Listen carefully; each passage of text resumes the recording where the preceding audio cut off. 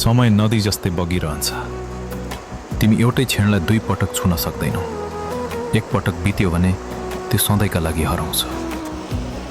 आज तिमीले बाँचिरहेको यी दिनहरू कुनै दिन सम्झनामा मात्रै बाँकी रहनेछन्। त्यसैले सके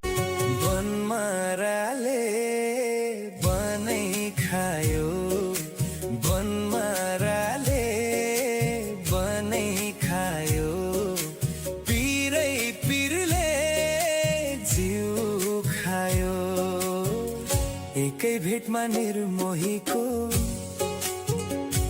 हो, एकै भेटमा निर्मोहीको यति धेरै माया लायो।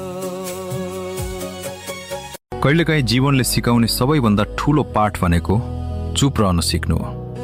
तिमीले सबैलाई आफ्नो बारेमा बुझाइरहनु पर्दैन, सबैलाई आफ्नो मनसाय साबित गरिरहनु पर्दैन, किनकि हरेक मानिस सत्य खोज्न बसेको हुँदैन।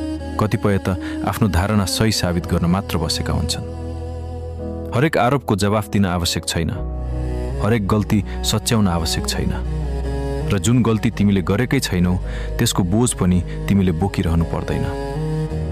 एक समय यस्तो आउँछ जब तिमी थाक्छौ आफ्नो मूल्य बुझाउन, आफ्नो मन सफा छ भनेर प्रमाणित गर्न, र आफूलाई गलत नठानियोस् भनेर लड्न।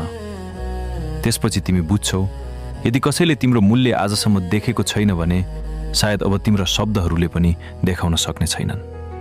त्यसैले छोडिदेऊ उनीहरूलाई, आफ्नो सोचमै बाँच्न देऊ, उनीहरूलाई आफ्नो निर्णयमै रमाउन देऊ, किनकि तिम्रो मूल्य कहिले।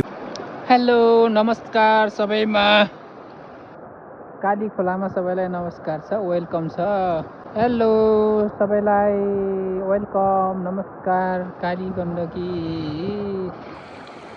मजा छ है साथीहरू। आम यसो पौडी खेल्न माथि घोलाम जाने पुल यता सर हेर्नुहोस्, ढुङ्गा कति ढुङ्गा फुटेको यो छ पौडी खेल्ने ठाउँ।